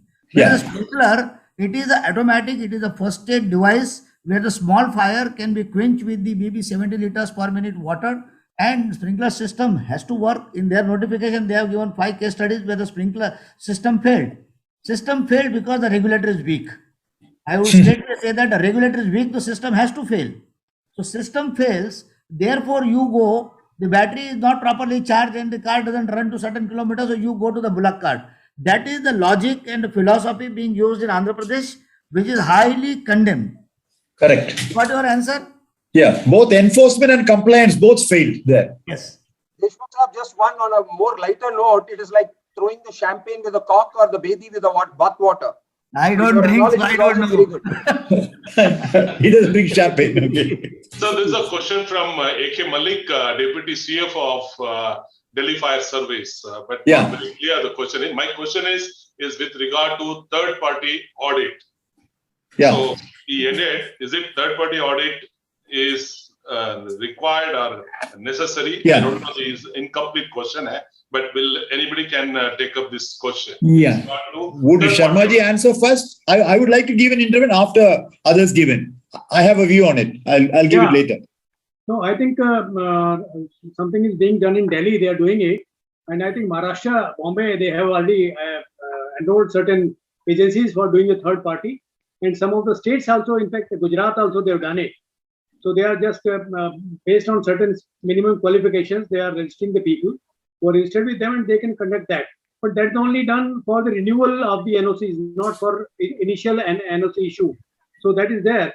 So I think because where we find that the states are not having enough resources, manpower, trained officers, who could really carry out the job regularly as required. So there is no harm in allowing this thing to be done, but that for the second maybe renewal of NOCs rather than giving them the authority of issuing NOCs in the beginning. So that's my feeling. I have one point to add to what Sharma sir said. Let's say in Maharashtra is repeatedly repeated because we have licensed the contractor, that not the fire auditors. But let me make it abundantly clear. The section 5 of the Maharashtra Fire Prevention Life Safety Measures Act is giving complete authority to the fire department to go and carry out the inspection even after the license agency issues a form A or form B. A is a completion of the system, B is a twice in a year maintenance certificate of the system, that the system is fit. So they can go carry out the inspection as per section 5 and then can issue the notice as per section 6 and take the whatever appropriate action, not only against the owner or the occupier of the building, but also against the license agency. So this is only we are fixing the contractors and not the auditors. And the auditors is, of course, the process is on. In due time, the statutory auditors also we are trying to get in the state of Maharashtra. Mr. Warik can say something about it. Yeah, another point is when the building is constructed as per the plan, that time interiors are not there majority times. Means maybe IT parks or any business houses, the internal things are not in place. So after 2 years, 3 years, the fire load increases like anything. The occupant load also increases of the building. So there is a requirement that periodical audit should be there, and that auditor should identify the additional loads what the buildings have. So maybe in the form of fire load or the occupant load. So these and the whatever fire systems are there, whether they will be in a sufficient enough to take care of that building. So that should be identified in such kind of audits. So that should be the purpose of such kind of audit. Then it will be definitely helpful for the fire services also as an extended arm to identify these lacunas so that we can make the building more safer. Yeah, well, if I may add to what Warwick said, very rightly said, post-occupancy, the whole complexion changes in the building. In fact, he said majority, all buildings is a situation like that. But what happens is, as a part of assets and facility management of the building, 5 years down the line, 10 years down the line, the owner of keeping, you always keep what is called a structural audit, energy audit, a water audit, and fire audit is another major component on different aspects of functioning of the building. This can be done by independent people to give advice on the real health of the particular building in respect of fire or energy or whatever. It finally helps you what are the deficient area or which are the existing one which is not working, etc., etc. It will also indicate therefore what requires to be done. It will also give prescription. Therefore, these things of retrofitting or strengthening or something needs to be done, and it's necessary because in most cases, as everybody said, most of the reason in fire when fire takes place, sprinkler are not working is because they are not maintained. Regular maintenance are not there. That is why, if you all know, the National Building Code has got the Part 12 on assets and facility management, which clearly identifies a checklist on all firefighting installation, which are the things you should look for, which the fire auditor should do. I entirely agree with Deshmukh Saab. The people whom you are getting on that, Sharma ji also said, they should have qualification. All can't say that I'm a fire auditor. It requires enormous amount of expertise and competence to see and indicate what are the deficiencies of the particular thing. So fire audit people has got to be real knowledgeable people. How do you really regulate the register of the fire auditors are all important. But it's a very useful third-party independent view over and over what the regulator does it. The regulator does it with the client over there. So this will be for the client also in a big way. But as you rightly said, it will be also required for post-occupancy when things change in a large way. Does the building continue to be safe as it was when the occupancy certificate was given? It won't be. I think Warwick has rightly touched the right situation. Thank you. Thank you, sir. I would like to remind all the panel, all the participants here. There is I want to add something. There is a came. Yeah, I would like to say something if I am given a chance, Go ahead, sir. Go ahead, sir. Hello. We can hear you, sir. Okay. Now let me make it clear to you that the third party audit is an offshoot of National Building Code, not anything else. Yes. One. Number two is that we have seen in the country that fire prevention wing people do not have sufficient strength in each fire department. This is one of the reasons that we had suggested the third party audit should be done. Three, the auditors are to be appointed after fixing the qualification by the director, fixing even the fee, etc. for each area, how much area they will be charging, what fee. Director will do. Over and above, the fire officer will have a power to inspect any of the premises at random to see that what certificate has been given, is it complied or is not complied with it. So having seen all that, this will be done, because most of the time, if you see the reports, after every fire incident, the first report by the fire officer comes is that the systems were not working at the time of when we were fighting the fire, because the NOC issued by the same authority who is fighting the fire. Now the issue of the certificate will be done by third party audit, will be done by somebody else, and they have overpower to check up also that if everything is functional. So this is some sort of a counterbalancing doing the whole thing. Very right, sir. Very right. So very well said. You clarified most of the point. I think you've given a very good answer to that question that has been raised. And I would request everyone, most of the participant. There are a lot of questions on NBC, upgradation, recommendation, amendment. So I would request, I have mentioned the executive director's mail ID in the chat box. Those who have those questions, please email to them. FSIF will take it forward with the right authorities and right representatives. Dominic, yes, I just looked at the answers are clearly there. For example, using water and also air. So the mist component is already there. Standards are there. And which area we can apply that is already there. 4 or 5 questions are on the fire doors. The saying that there are no facilities there for fire resistance rating. Only one CBRI is there. But that's not the situation now. Now, all the builders, developers are able to get the fire door and other component tested with facilities available in neighborhood. In India also is going to come in a large way on the number of hours of fire resistance. 3 or 4 questions on that particular thing alone is there. Yes. So there is clear availability of answer in this particular one. And also there is an issue on what do you do with jungle fire, forest fire. That's not our area. We are dealing with the building fire in cities and towns and villages, not the type of issues on forest fire or other related fire. We are not dealing with the... I just thought we'll indicate very briefly because other questions... Yeah, we will answer to all the questions. What I said is since we know the most of the answers, so instead of answering on this panel, so we will reply. Our executive director of FSIF will take time to respond to most of the questions. And I will only one of the Dominic, only one. Human element intervention in respect of fire happening should be reduced as low as possible because never be able to response factor coming. We put response factor.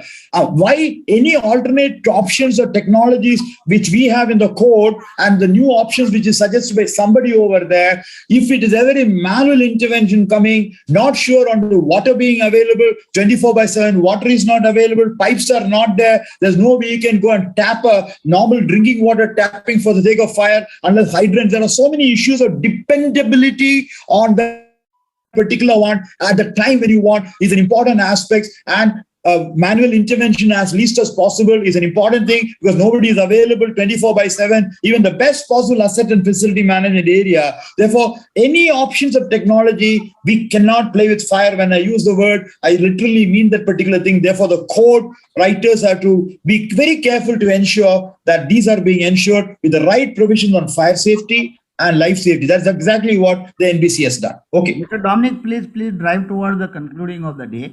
And of course, what you rightly said, all these questions can be taken through the email and we will refer to the concerned experts to see that those are addressed. I think I have one point. If you have a time, just 1 minute. Mr. Ishwar, please wait for a minute.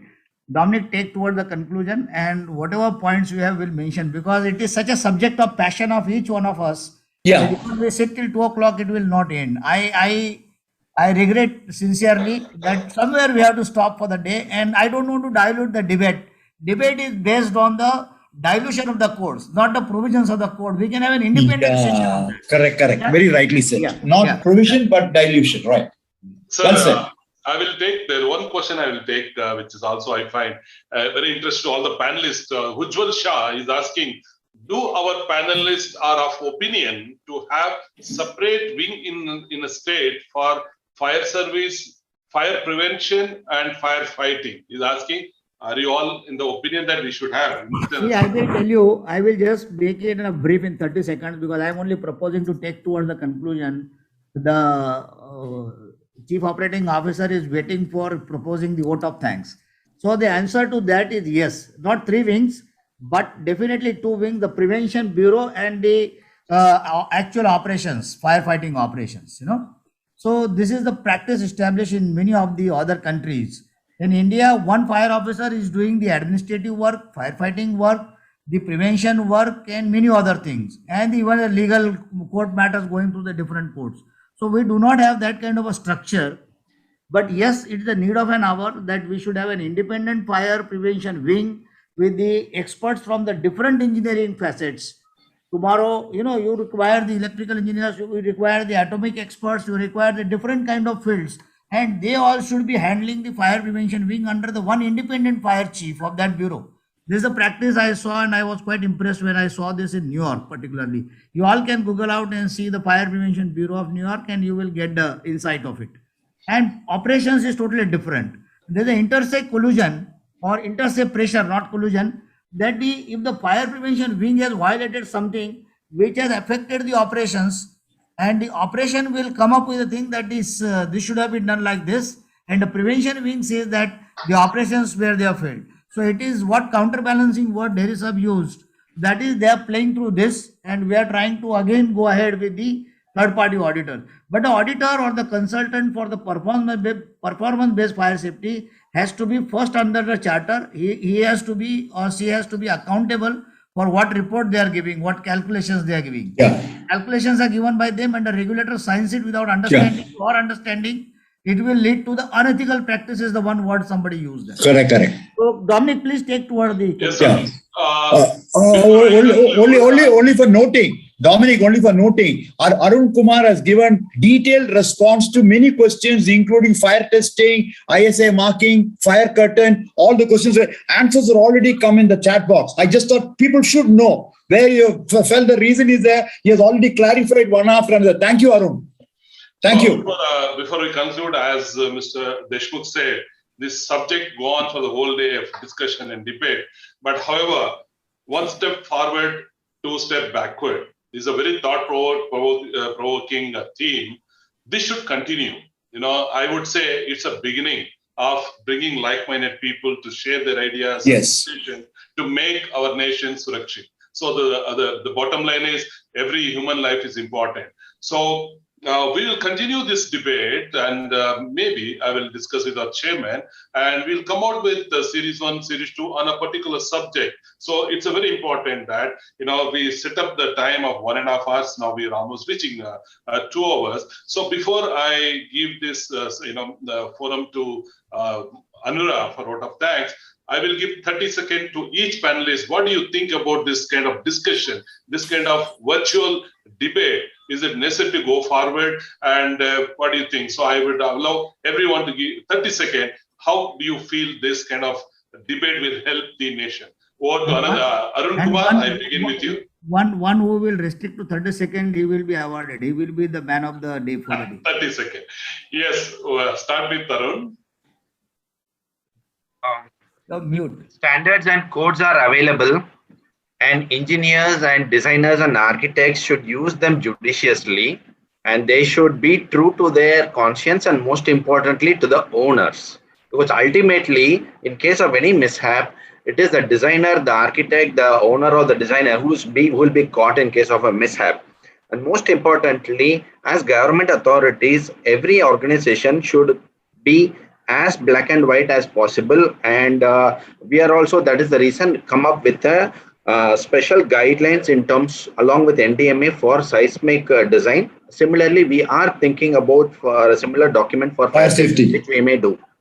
Thank you. That's Your it. Thank view you. on this such virtual webinar. Your view on this. So that is most important, and this timing is very, very limited. I could see here, minimum 3.5 hours even should be there, and we need to continue it. And I see from that non-engineers or non-practice professionals are also attending this event, and we need to do a long way. Particularly, associations should have social media sites where they can develop some 20-second audio or a video or a cartoon type of videos to educate the people. See, everything is on paper. Even CBSE book syllabus is telling about kids should learn. Most importantly, if we reach through social media, that would be the nice thing I would say. But we need to continue this exercise on a definite basis, say third Saturday of every month or something like that. It's a good effort. Kindly continue this. Thank you. Thank you, sir. There is, sir, your view, sir. I think this is a very good initiative taken by the FireSafe India, and I take a cue from Arun also, who has suggested some quickies, etc., to be prepared by the FireSafe India, and it should be given a lot of publicity with those short duration films, so that public can take advantage of it. Because whatever I've seen for the first time in the FireSafe India's program, that we had almost about 15-20 minutes run for the variety of anthem and all other things, But if we make short duration films on this particular subject, and during all our conferences or our get-together, where we are having minimum 2 hours panel discussions and all that. Yeah, 2 hours. 2 hours is good enough. 2 hours, and then those short films should also be made part of the regular fire services so they can use it. Thank you. Appreciate, sir. Over to Santosh Warik, your view on this. Such kind of seminars and webinars are useful for the knowledge sharing. The need of an hour, I would envisage, is the manual. Handbook should be there for NBC Part 4. And for the specific means every IS, maybe hydrants, sprinklers, so that the integrators, the inspecting authorities or regulating authorities, they should be cleared in their mind what they wanted to check and how to check. So if that can be made clear, so I would request BIS and other professionals, those who are having the expertise, should come out with some manual for the life safety and as well for the fire protection sides for the different standards. So that should be in that direction we should head up. Thank you very much. Great advice, sir. Over to Ashish Sharma, sir. Yes, I think whatever is said, in addition to that, I sent one message to, most of the panelists, saying that there was a fire in Indore night, 16 people in 2-story building. 9 of them died, 5 are serious. Now when you're talking about high-rise buildings, and again, the means of escape, smoke, I think everybody must have been killed by smoke only here also.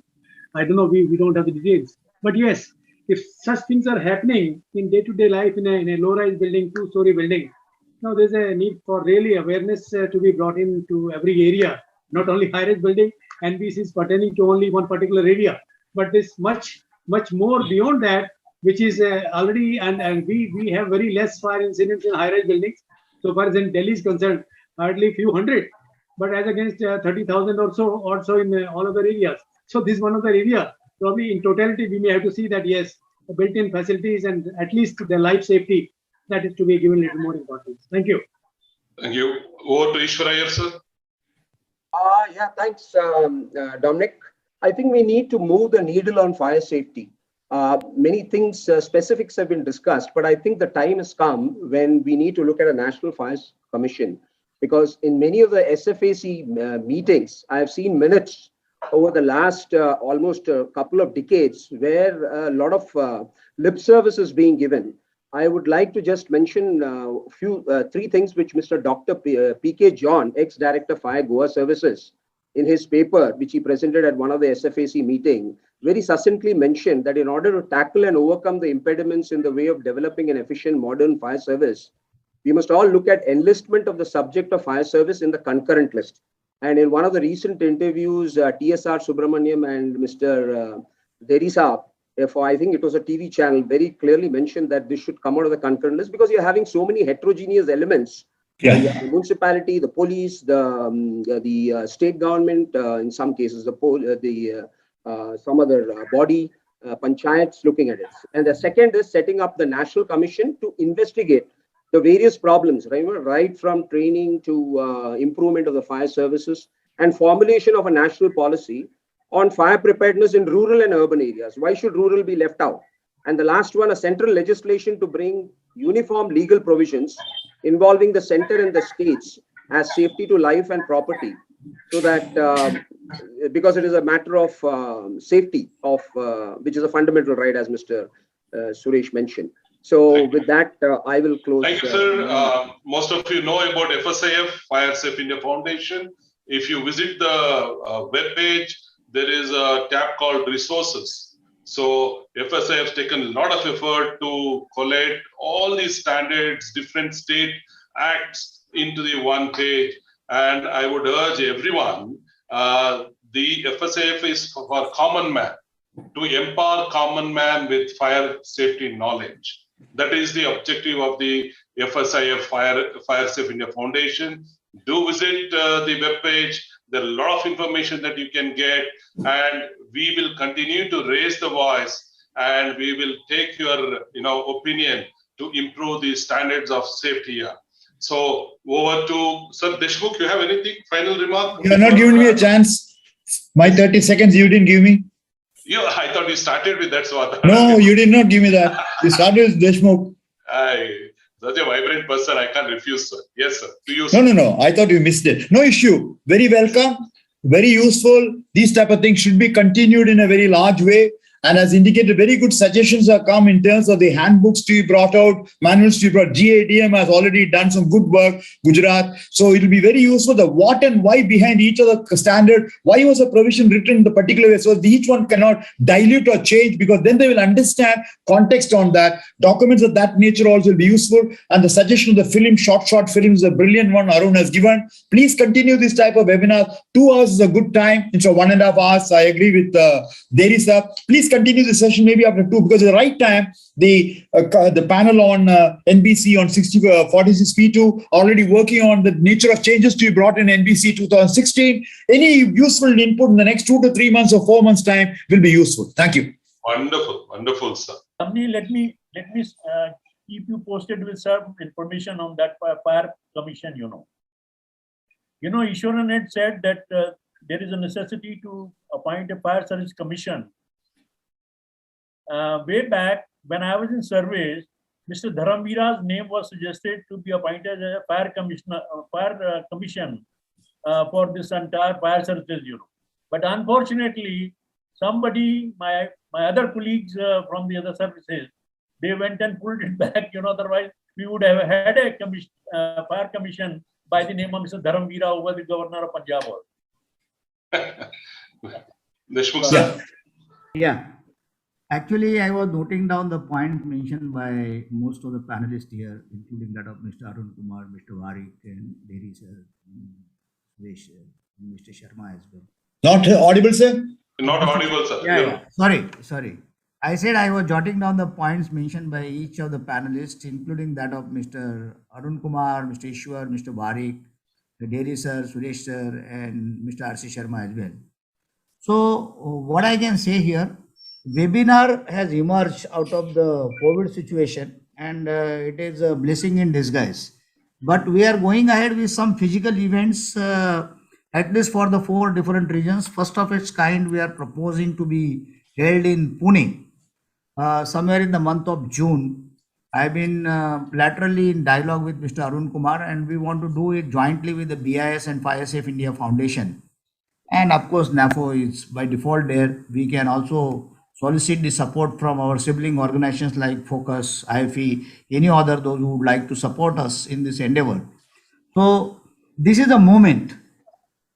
And this moment we will always try to drive, and we cannot drive singly or by a set of people. But this is a selfless event, selfless kind of a movement, a selfless organization working for not for profit. Though the financial support is also required, but we depend on good people, those support this organization. So I sincerely appeal to all the panelists on the panel today and those people, those are participating. There are many experts in that also. I request all of you to strengthen our hands to support us in terms of whatever resource that you have, intellectual knowledge, your contacts, your pull in the government systems, whatever that you can have, and we together we go. A regulator will make their job, code standard setters they will do their job, but to enable the common man and to drive this movement to enable the fire and life safety of the common citizens, we seek your support. Thank you. Gentlemen, and I now give this platform to Anura, who's patiently listening to the entire conversation, and I'm sure we can come out with some kind of record. On the record of this whole session will also be shared to those who have registered, and some of them unfortunately couldn't join, so it will be said. So over to Anura. Yeah, thank you, Mr. Dominic. Ladies and gentlemen, a very good afternoon to all. It gives me immense pleasure to deliver the vote of thanks before this August gathering. Today's big debate highlights the importance of right to live fire safe. We think fire takes place somewhere far from us. This mindset needs to be changed. We have observed that several states in India have reported to be either diluting or violating the fire safety requirements stipulated in the National Building Code. Diluting certain codes or sections should not be done at the cost of human life. We are aware that NBC and Bureau of Indian Standards are not silent on this. Just like we have the fundamental rights, like right to equality, right to freedom, right against exploitation, right to religion, right to educational rights, right to constitutional remedies, we should even be having right to have fire safety. We need to sensitize people regarding this. I would like to thank Mr. Milind Kumar Deshmukh for setting the path for today's event and delivering the opening remarks. He has rightly put that there is some kind of deficiency in the implementation of the NBC. Special thanks to Mr. S.K. Dheri, sir. He brings along a vast practical knowledge and simplistic approach. His knack of demystifying a dense topic is inspiring and helpful. This discussion would not have been complete without the contribution of Mr. V. Suresh. I would like to offer my sincere thanks to you, sir. He very nicely put that we stay in a world of constant change. National Bureau Code and Bureau of Indian Standard is a very dynamic in nature and are applicable for changes depending from time to time. It is time that instead of recommending it, it should be made mandatory all over India, controlled by the central agency. States may make some minor changes, but with the central permission. My humble gratitude to Mr. Santosh Varik, sir, for being part of the panel discussion. He has really helped us in understanding the nitty-gritty behind the fire safety according to the NBC. Your command over regulation and codes was evident and proved extremely helpful. Special thanks to Mr. R.C. Sharma, sir, who was also a fellow panelist today. His experience of years of firefighting and enforcing compliance contributed vital information that not only made sense theoretically, but also made a compelling case for adopting fire safety measures. I thank Mr. Ishwar Iyer, sir, for gracing your presence and contributing to the subject without fear and favor. Your independent third-party views were on point. You have elaborated on the importance of having a proper sprinkler system and wet riser as per the gadget notification. Thank you, Mr. Arun Kumar, for joining us in a short notice. You pointed that Government of India is insisting that all the new construction which is taking place should be as per the Indian standards. I also want to thank Mr. Dominic and his team for their support and efforts for coordinating this event. Thank you, Mr. Vinay Deshpande, Mr. A.K. Malik, sir, Mr. Ujjwal Shah, and several others for asking relevant and practical questions to the panelists. And I hope that through these questions, doubts and queries of various other people have also been answered.